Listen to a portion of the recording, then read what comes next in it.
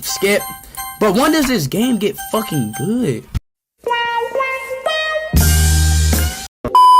Bertahun-tahun aku nontonin film-film bagus di luar negeri dan sinetron-sinetron yang sangat wide di Indonesia. Akhirnya aku sadar akan satu hal. Posisi hierarki teratas film yang bagus itu ditempati sama produser. Produser itu kurang lebih orang yang mendanai sebuah proyek baik film, lagu, atau talk show segala macem lah. Ada yang sifatnya individual kayak Kevin Feige, ada yang sifatnya perusahaan kayak Warner Bros, Disney, dan lain-lain. Mereka ini adalah orang-orang yang punya visi atau ide tapi cuma mampu support di relasi mereka dan kemampuan finansialnya.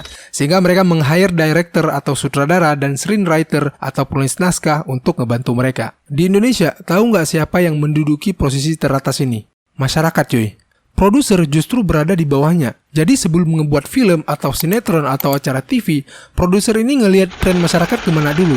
Lagi tren joget TikTok, ya udah kesana kita buat. Lagi tren mandi lumpur, itu yang akan kita gempur. Terus orang Indo itu orang yang sangat berperasaan, sehingga kebanyakan sinetron itu juga urusannya tentang perasaan. Cinta lagi pasti temanya. Jangan sentuh aku! Jangan sentuh aku!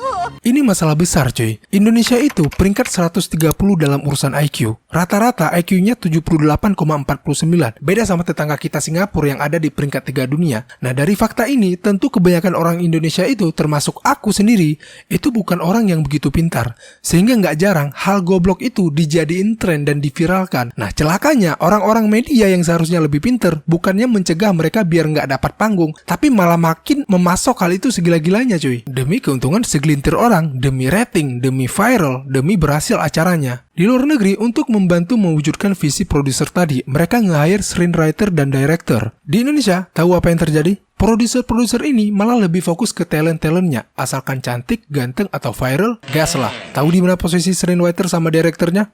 Di bawah talent-talent ini. Dampaknya apa? Pertama, director sama screenwriter yang seharusnya menuangkan ide brilian mereka menjadi sebuah cerita yang menarik, itu pergerakannya menjadi lebih terbatas karena takut talentnya marah atau nggak setuju, terus mereka cabut dari sana. Kan sering tuh kita lihat, tiba-tiba aktor utamanya mati di ceritanya. Taunya dia ngambek di kehidupan nyata, sehingga nggak mau syuting. Terus pas hilang ngambek, balik lagi syuting. Dan tiba-tiba somehow dicari cara tuh buat dihidupin balik karakternya di film. Kacau banget gini kan? Dampak kedua, talentnya itu merasa punya power sehingga suka-suka. Makanya di luar syuting itu sering terjadi masalah sama kehidupan mereka. Ada yang narkoba lah, inilah, itulah. Banyak drama-drama masalah pribadi mereka yang mengganggu jalannya syuting, jalannya film. Di luar negeri, aktor itu tetap posisinya di bawah director. Mungkin setingkat sama sinematografer, editor, dan lain-lainnya lah. Karena gini, tanpa arahan director atau tulisannya screenwriter, aktor sekelas DiCaprio pun itu bakalan kebingungan. Mau acting gimana emang kalau nggak tahu karakter yang akan diperankan sama dia? Gimana mau tahu karakter itu tanpa arahan director atau tulisan screenwriter? Kalau di Indonesia penonton itu hierarkinya paling tinggi, di luar negeri justru paling bawah. Sebuah franchise film itu, pilihan ujungnya cuma dua. Tinggali ketika orang lagi suka-sukanya, atau ditinggali sama penonton ketika nggak ada lagi yang suka. Nah, opsi yang pertama, citra yang ditinggalkan kepada penonton, itu baik. Sedangkan yang kedua, tidak. Series kayak Breaking Bad atau Game of Thrones,